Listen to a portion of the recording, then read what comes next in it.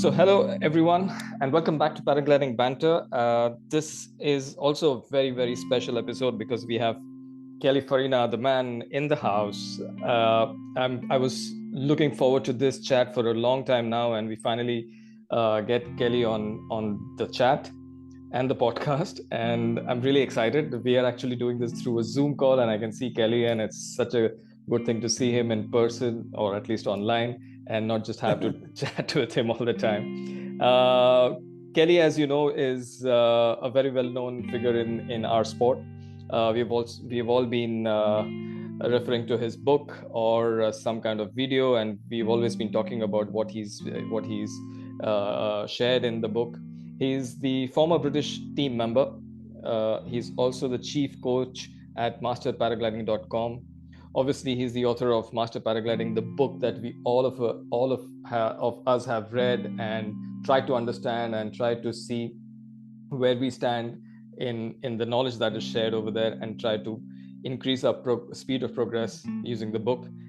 And the latest has been that he's also done videos on Scuti, which really helped a lot of people understand the weather and understand forecasting and prediction, which really helps on knowing which days to go to and which days not to go to, and if you go, then what do you expect from the day. So it's a real pleasure, and I'm so happy to have Kelly on the podcast on Paragliding Banter. Kelly, a warm welcome to you on Paragliding Banter. Oh, thank you very much, guys. It's nice to be here. Awesome. Let's start. As you know, Kelly, this is a chat. This is a banter. This is how we would talk to you if we saw you on the takeoff or on landing, and we just have a little chat with you on flying. So there are lots of questions that I want to ask you. But before we get into that, what have you been up to during COVID and after COVID? What's going on? Well, I got stuck in Asia for 2.5 years during COVID. I cancelled all my courses. Oh. So, I just stayed riding motorbikes and kite surfing. And that's when I got a chance to do those Scuti videos. Right. Oh, that's the time when you did those. Nice. Awesome. So, Kelly, I'm going to jump right into it. I'm going to read a few things that you've written in the book, which is a foreword. I'm not really going to disclose the entire book, but there are certain things that you have said which really imbibe the spirit of paragliding, and which really makes everything that we struggle for in a concise paragraph of few words, and you've done that beautifully. So please allow me to read a few things so that we can get to what we're going to talk about. So guys, I'm reading from his book, which is a foreword. The page is well, I don't know what the page is, but it says the goal is the journey as a whole. And some of the quotations from there are, in a sport, it doesn't really matter how good you are. It's about having fun and getting away from our normal lives. I mean, that is beautiful. That's exactly how it is. And it's not a competition. It's about what we love and what we love to do. The next para that really caught my attention was, we'll discuss when to call it a day in the face of the cloud development, and why some pilots climb out time after time, making it look ridiculously easy. We'll learn how to carve the sky and center on the core like never before, to take the luck away from deciding where to search for the next moonbeam ride. We'll talk about planning and executing routes around complex valley systems and adapting lines to coincide with changing conditions. We'll understand how to read the sky, maximize the day, or even beat fellow competitors over the finish line. This is always on everybody's mind. After 2 decades of flying, paragliders, and more interestingly, over a decade of watching other pilots learn, I realized that there is little or no post-school training, let alone a structured, logical way of progressing safely in our unique sport. We face the lengthy task of working it all out ourselves by trial and error, and that's slow, frustrating, and time-consuming. In a sport both fickle and weather-dependent, free flight is a black art that can take countless hours to perfect. But with structured syllabus, the road to progress starts to become clearer.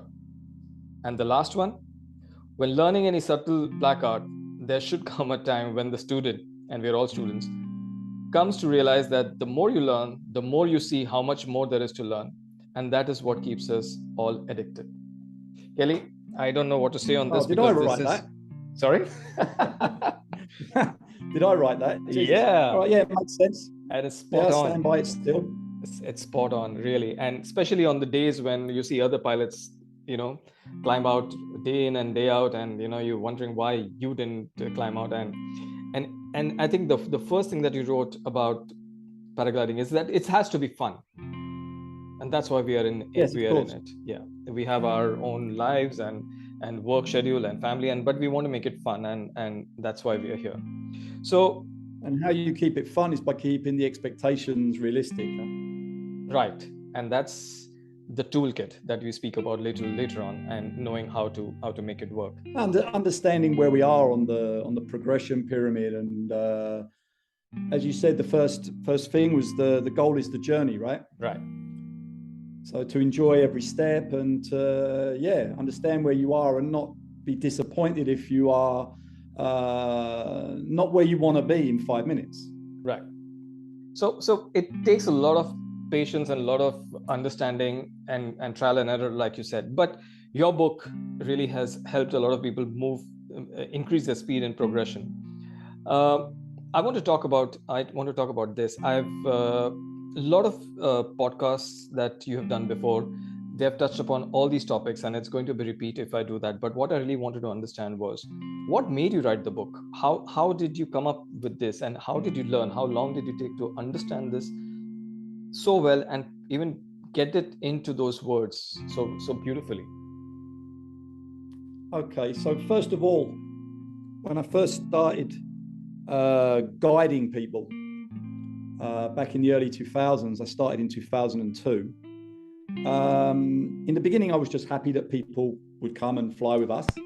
But then I realized that for us to actually go cross country, these visiting pilots need to be taught something, because it wasn't just about guiding. You needed to actually have to know something about the sport to stay with me, because I wasn't, I had quite a lot of experience then, and some didn't, and they needed a help. And in the beginning, it wasn't easy. There was literally no syllabus that I had. And I had very mixed results, obviously, because I had nothing. I didn't really know where people were, and I didn't know how to tell them what they should concentrate on next, because we were just learning by doing. And it wasn't until 2009. I mean, I understood that there was a syllabus problem, but didn't really put my mind to it too much until I started another sport in 2009, which was Wing Chun, which is a soft-skilled black art martial art. And I realized that these guys are way smarter than me, and that they devised a syllabus that was in a pyramid structure. And as I started to learn it and get more into it, I started to understand that I could do the same thing with paragliding. Right. And then I went out on a cross-country flight one day, and I was particularly struggling with helping people to thermal, actually. That was what was really frustrating, which was obviously the cornerstone of cross-country flying, apart from leaving the hill safely. It was... Okay,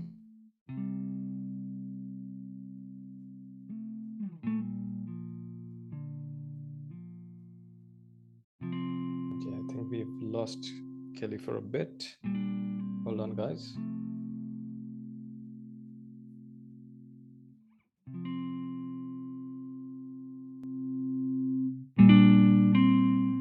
Okay, where did it freeze? I think we were talking about you found that the new sport was better, and you could make the whole the pyramid. Okay, so I'll start from when I started Wing Chun again, yeah? Right. Okay, so in 2009, I found a new sport, which was Wing Chun. Okay. It's like soft skills martial art that has a lot of similarities with paragliding. It relies on reactions rather than clumsy conscious thought getting in the way. I think I talk about that in the book. Right. And I realized that while I was learning that, these guys that had developed this art they were way smarter than me, and they had this kind of structured way of learning it, and I kind of borrowed it for paragliding. I put in the different steps that I felt were in the correct order that you needed to learn to move on to the next one. And then I started to fill the syllabus in by with what I'd learned over the years. This was in 2009. I started the book. I first actually put something down on paper. And I went on a cross-country flight, like I've said in the past, and this was a groundbreaking flight for myself and for the book, really, because as I went on this cross-country flight on autopilot, I watched what I was doing when and the effect of what I was doing. And one of the main things that came from this flight was that it took me 16 seconds to make a complete turn, and also that I kept my weight on when I was opening and closing the carve. And those are two things that really are vital for thermaling. So I finally had something that I could pass on, something concrete. And once I started to see really strong results from these two very simple to explain, not simple to do, but simple to explain, what would you say, techniques. Right. Then I started to notice that I was seeing improvements, and I just carried on writing the book, putting them in the right order. And that took me, from 2009 when I started to 2015 when we finally stopped adding things to it. And that was it, really. So about 6 years. Yeah, it took 6 years to write. Right about. I think that's pretty complicated, and for you to get that, it would probably take that much time. Because at the same time, I was, it's still an ongoing process for me learning. Every day I go out, I learn something new. I see something different. And that's what you say, that learning never stops. The learning never stops. And it's never that you've really cracked it. It's always something new. Every flight teaches you something. So yep. The four or what's the word? Or when you say something and then it happens, or you think something manifest. And it happens. I can't think of the word. Manifest. No, God, I've lost the word. So you think something's going to happen, it confirms. That's it. Just okay. Simple word. It confirms what you already think you know. So you go out and it just confirms that you're actually putting that into practice. Yeah. So you think that it's going to work concept. a certain way. The concept is really working then. Yeah, and then it confirms that concept is working. I can't believe that I lost the word confirm. I'll come to that. I'll come.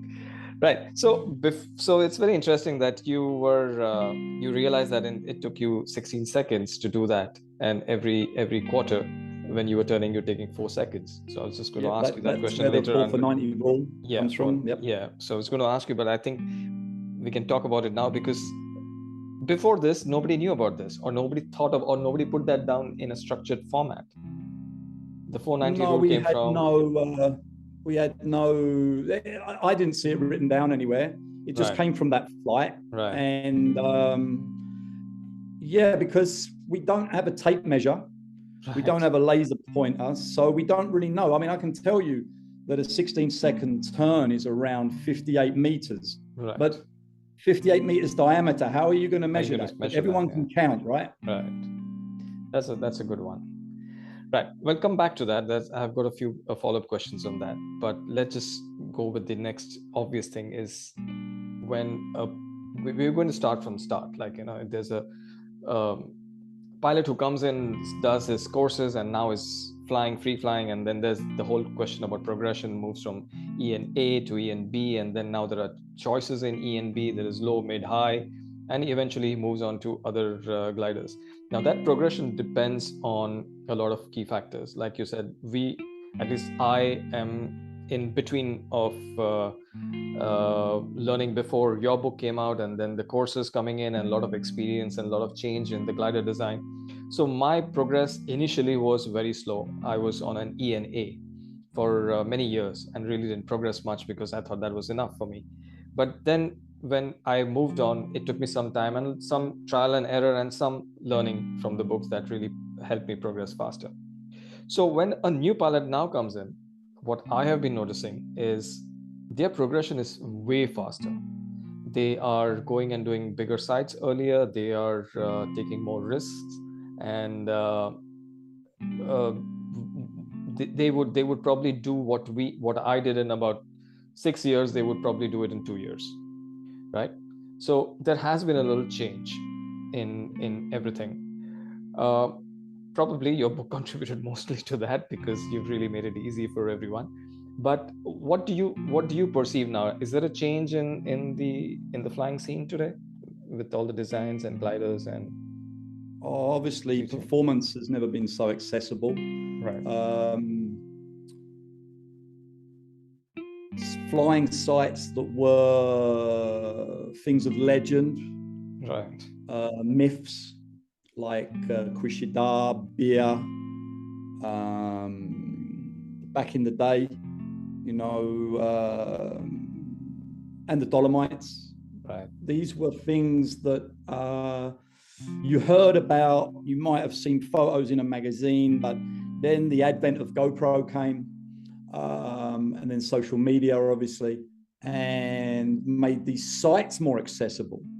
Right. So, yeah, and also maybe pilots' expectations are, I don't want to blame any one thing or point my finger at any one thing, but potentially people have maybe not so much patience as we had early in the day. So they are taking stuff earlier. And please don't think of me saying this is in a negative light. I'm just saying that where it took maybe 6 years to get the confidence to go somewhere, maybe now pilots don't have the patience.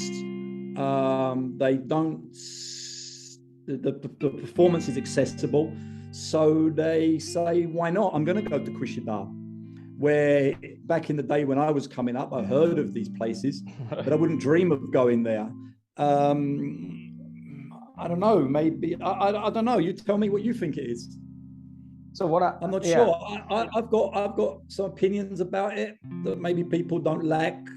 People lack the patience, maybe due to the things that I've said, or maybe it is the gliders are so accessible, or the fact that these places are no longer places of myth, no longer places of like whispered in dark rooms. Right. They're out there, so right. maybe that's why, and it's almost like a sink or swim. Right. I don't know. I've never actually. I haven't given it that much thought. What I completely agree with the fact that the patience bit is new, and it is the whole. Probably, I'm just going to go out and say this. Probably the millennial generation, because they never seem to. I didn't want to point fingers, yeah. but no, I mean, not pointing fingers, but it's a fact. I learned from the millennial generation for many things. I mean, I learned a lot of things from them, and I have adapted. I have a daughter who's Gen Z, so I learned from them also. They're pretty fast, so probably that also helped them move faster, and that's where I also caught on. And the fact, probably I feel, is the knowledge was far more accessible to them than it was to me when I started, but it was not that far back when I started.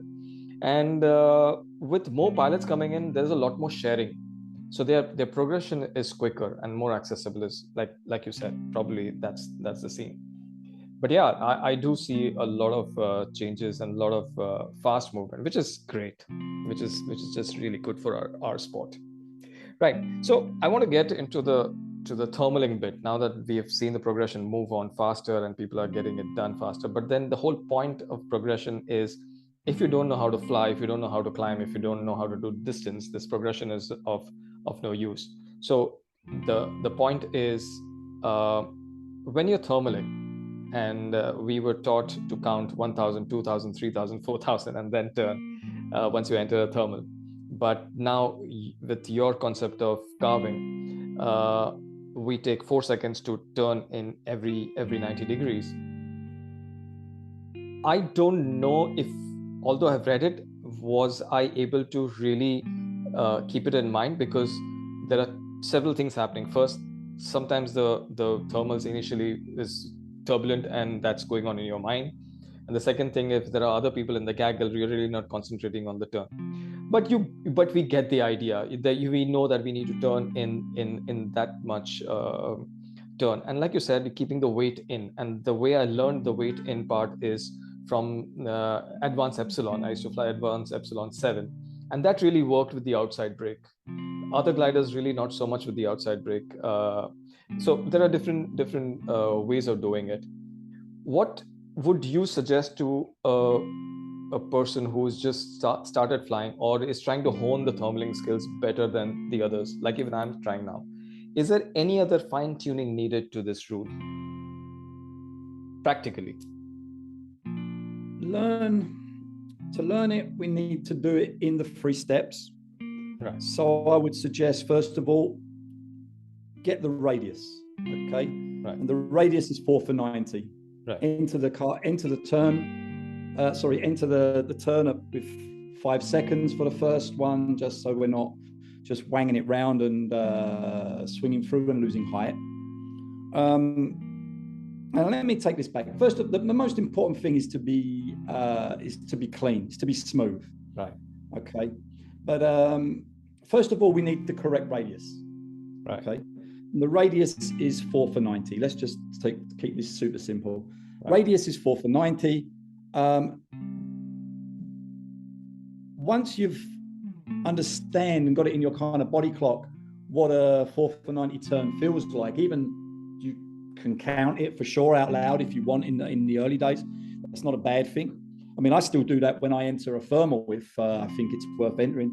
I might count to myself 1, 2, 3, 4. It's still pulling, I'm going to turn, especially if I'm a bit desperate in the flatlands low down. So to count the 4 for 90 is not a bad idea. And then move on to keeping it clean. Now, keeping it clean is extremely important, because if you don't keep it clean, you're losing height. Okay, so if the climb is lighter and you're swinging around underneath the glider, you're just going to lose height. You're going to be losing height on every swing through. So you need to keep it clean. But first of all, you need the radius, and then you need to keep it clean, because otherwise your vario is going to lie to you, which means you can't map. Okay, and mapping comes from the ability, which is the 3rd step, to be able to open and close your carve in the direction that you feel is going to yield a stronger climb. Okay, so it's first radius, then cleanliness, and then the ability to move it. And they're the 3 things. If you concentrate on those 3 simple concepts, okay, or 3 simple techniques, then you're already doing better than someone who's just turning too wide, turning too tight, not keeping it clean, has no idea how to open and close their carve. You're already on the right track, and you're going to have to do a lot of training for this, a lot of drills, a lot of training. It doesn't just come in 5 minutes. That's true. So it's a learning all the time, and just to make it as smooth as possible and not to waste in any energy in dive, because you're going to lose height. And then what you said is right about the vario, because the various is going to be, because it's diving and climbing. Yeah. If you swing through, for example, if you swing through on the strongest part of the climb, your vario is not going to tell you that was the strongest part of the climb, because you were losing height through the air. So therefore, on your next, so that's your map, that's your treasure map, as it was. How are you going to find the treasure, i.e. the stronger part of the climb, if your map is inaccurate because you swung through where the treasure was? Right. It sounds a bit convoluted, but hopefully that's you understand that if the vario is lying, you have no accurate information in which to open and close your carve, i.e. move it around the sky. So so radius, cleanliness, and the ability to move it are very important for beginners. And this stuff will, those three things you will hone and get better at until you eventually quit flying. Right. That's it. Yeah. Till the end. Yeah, till the end. It's not something that you just learn in the beginning and then you go, all right, I don't need to concentrate on that anymore. This is the cornerstone of cross-country flying. I think this being is able to climb in anything. And I'm not talking about where to find them. I'm just talking about how to efficiently climb and hone on the core. Okay, that is something that you will get better at. But these three things you will always need to correct get radius, to that. keeping it clean, and a cleanliness of your ability to open and close the carve in the correct direction. How accurate you do that, how accurate you can do that, is the difference between the cracks and the hobby pilots. Right. And the difference between the cracks getting out through that layer of stability and the less experienced pilots getting stuck. Right. So okay, that's a beautiful thing that you just said, that it'll only stop till on the day that you quit flying. It's a learning right through, and it's a practice, and you can always hone it. Those three things. That's a beautiful thing to say. I hope our listeners are really getting the gist of this, because you can never boast that you know tumbling. It's always learning. It's just a constant work of art that you are constantly. But you'll notice that those three concepts are written in stone. Right. I want to move on to the same topic, but now with inversion. We constantly see some inversions now, which is stronger sometimes. I just got back from Beer, and there were 3 layers on one day. And during these days, there are pilots who get out of inversion, climb and fly. And there are other pilots who, some days me, who are stuck under the inversion and trying to figure out why are we not climbing out. What can we know about inversion? Okay, so first of all, they're probably not inversions. They are what I call layers of stability. If it's an inversion, normally thermals don't get through them. Right. Okay, so if you look at a skew T, it's more to do with skew T, but okay, let's just say, because I think the word inversion is thrown around on hills way too often.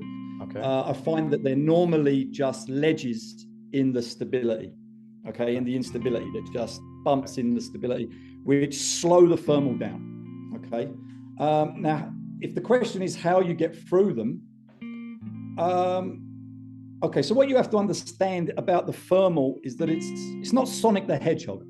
The thermal is not there all the time at the same strength. Right. Okay, it's not a computer world. Right. What it is that as it's pulsing. There's different parts of the thermal have dragged in air from the valley floor that were slightly warmer than others. Right. Okay, I tried to explain this in the course that as a thermal gets dragged towards the hill, okay, from the land down below, some of it came from a forest, right. Some of it came from a car park with baking hot cars in it. Some of it came from a cut field. Some of it came from hot clay roofs. Okay, so it's not all the same. So what a pilot needs to do is to be in the right spot when the air from the graveyard, when the air from the car park finds itself at that layer of stability. Okay, that's not all the time. Sometimes the thermal is strong enough to get through the stability, and it's just a question of mapping. And I'm going to talk about that now. So the pilot needs to find the strongest part of the climb. Okay, how does he do that? It's mapping. Okay, and to stay there, because what happens when a thermal hits a layer of stability, in most people's language, and inversion, just going to call it a layer of stability, it slows down. Okay. As it slows down, some of it echoes away from the climb, okay? And it gets paired off and it ends up getting smaller, not wider, yeah? Right. So sometimes you have to decrease your turn radius. Now, there's several ways we can do that. There's two ways we can do that. I don't want to go into that now. Right. But the most important thing is that you need to stay in it. So if you're a pilot making turns that are in and out, in and out, in and out of the core, when you hit the stability, the core is going to slow down, and the piece that you were out of it in is not going to be going through that layer of stability. So the pilots that are getting through the stability, for want of a better word, are being more accurate, smoother, and staying on the train as it leaves the station. Got it. Okay, guys that are not in the center, that are not in the part that's getting through, because don't forget, it's not going to be going through all day long. Right.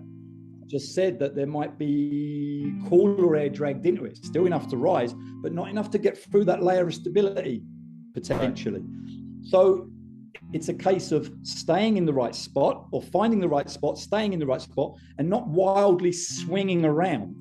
Right. Losing height while you're in, being clean. Right. Sometimes you need to tighten it. Okay. Sometimes, you always need to be smooth, because if you're smooth, your vario tells you the truth, and you can track your way through. On strong days, you get blasted through, but sometimes you have to find your way through. And that is a technique, and you need technique on more technical days. So the stronger the stability, the more technique is required, because it becomes more technical. So it's all connected, right? It's the thermal is wide and easy, then all of a sudden it becomes small and weaker.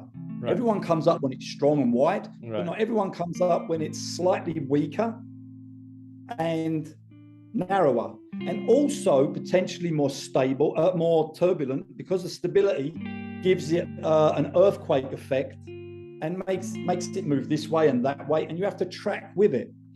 So obviously, the more stable the air, the harder the stability, it starts to separate the wheat from the chaff. The cream rises to the top, because their technique is stronger. They're all more on point with their accuracy. They're more smooth. They know when to tighten it.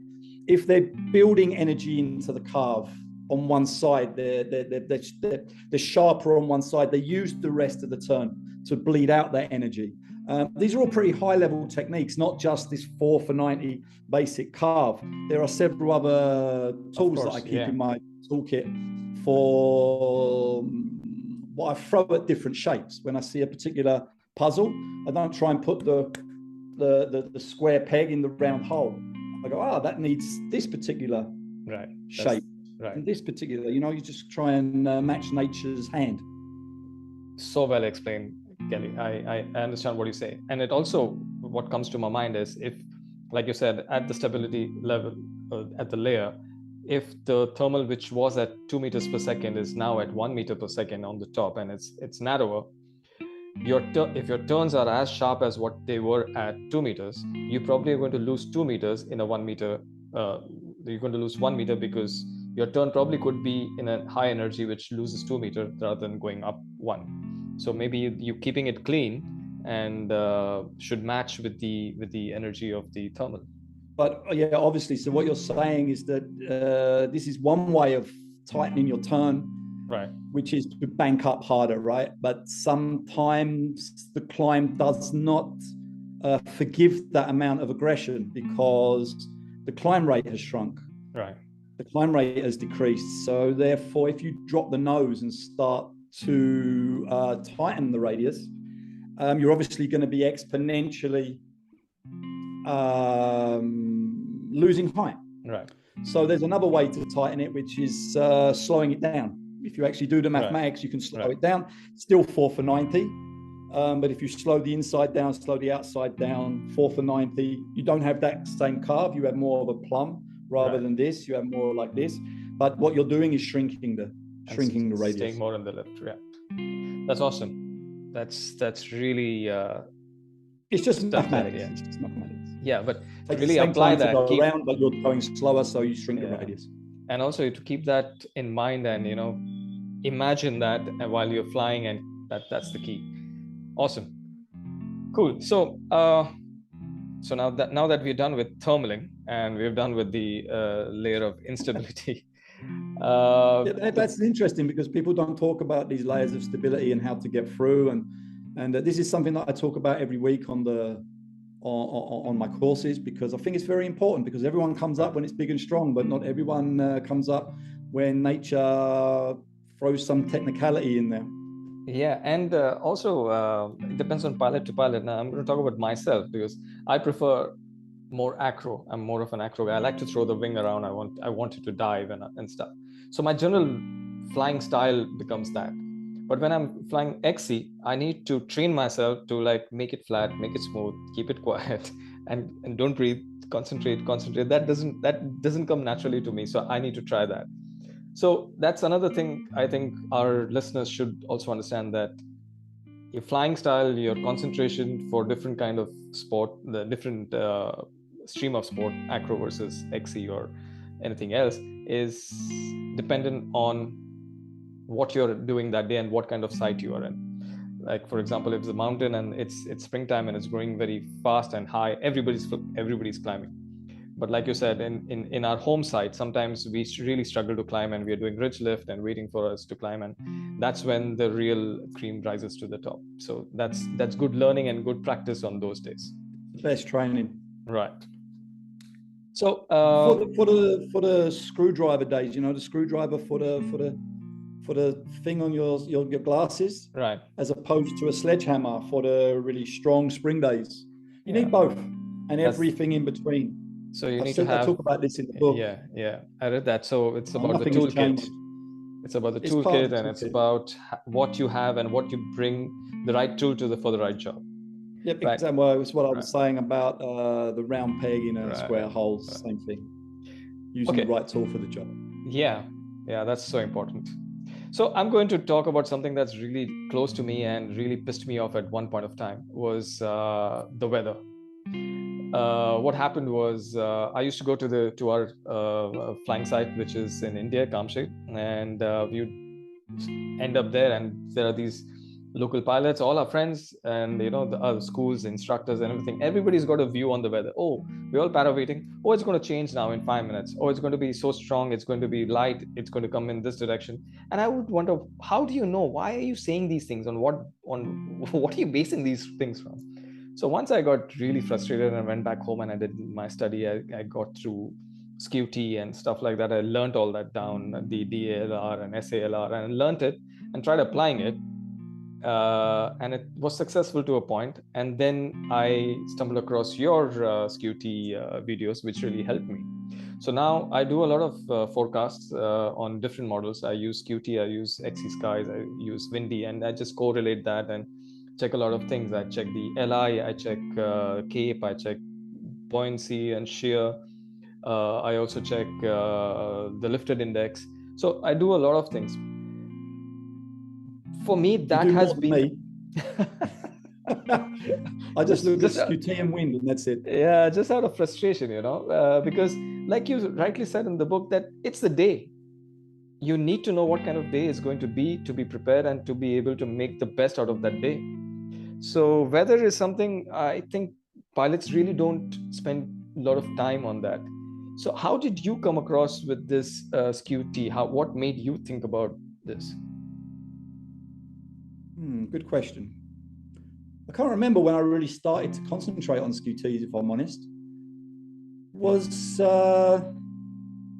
maybe 5 years before COVID. I started to investigate them, and with some degree of success. But as I started to use them more and more and more, I noticed that they were getting more accurate. Right. It wasn't to do with my ability to draw straighter lines. I was still drawing straight lines. I knew how to draw on them roughly. But I think a lot of it was just experience from using them. And then maybe they started to get more accurate. So I was calculating cloud base a lot pretty much to the 100 meters or to the 50 meters, which is very important in the area that I live, because I need to know how high cloud base is going to be, so I know what crossings I can undertake. So once I started to realize that, it was knowing cloud base and knowing if I was going to experience any spread out or how long the day was going to be, because looked like there was some storms potentially forecast in the area due to instability up high, then I started to really get the most out of the days. So, and I always say on my courses, if this is relevant to you, I mean, I always say on my courses that if I could have just one piece of information, say there was like a rationing on internet, and I wasn't allowed all these colorful things that people are showing me in the morning about like what they think that the weather's going to do for the day, and I was only allowed one, it would be SQT. Right. The vertical profile of the weather. Just the SQT for the area that I always look at. I don't chase models. I use the auto model. I find that people are chasing the one that fits them the best, rather than, it's almost like chasing lottery numbers rather than letting the lottery chase you. Picking a model that you think is the best one of the lot and then changing that model every day, it doesn't really make a lot of sense. I just leave it on auto. I'm not that techie. I leave it on auto. I draw on it. I understand where the ledges are. I understand if it's going to be blue. Right. I understand if there's going to be any spread out. I understand how high cloud base is going to be.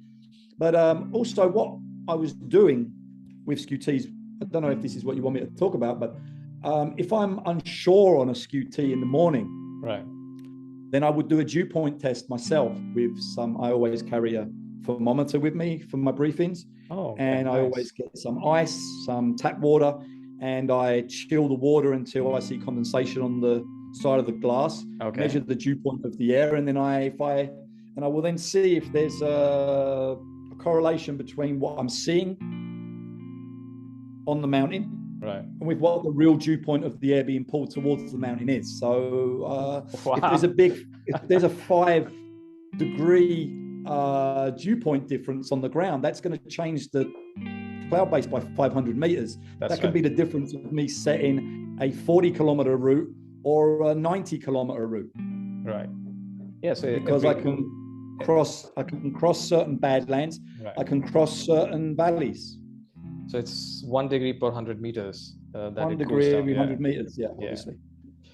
That's awesome. So I think that's something that pilots should also invest their time and learn about predicting or the forecast, and that will really help the flying on particular days, or just ask around and just know what happens.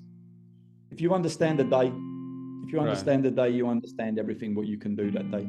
Because you understand, if you want me to talk about it, I can. If you understand the day, you understand the length of the day. You can work out how many hours. So you work out more or less average speed. You start getting a framework. Okay, I've got like let's just pick a random number. I've got 20 kilometers an hour average speed for a hobby pilot is not bad. Right. Okay, between 15 and 20 kilometers an hour where we are. So I know I've got 6 hours from 10 until 4, and then it might overdevelop. So now I know I've got 26 hours. Let's be conservative. I can go 100 kilometers, but only if cloud base is at a certain height. Yes. I can make these valley crossings. Right. And then you go, okay, the wind is light. Let's go for it. Perfect. That's something we really don't think about. That's the other thing that I'm going to come and talk to you next would be the valleys, where we don't have valleys, where we fly only in mountains. But I think that I would like to end here the first part of your talk, and we will continue on the second part. So really, thank you so much. It's been a lot of knowledge. We're going to end it now, but we'll continue recording for the second part now. Okay. Yeah.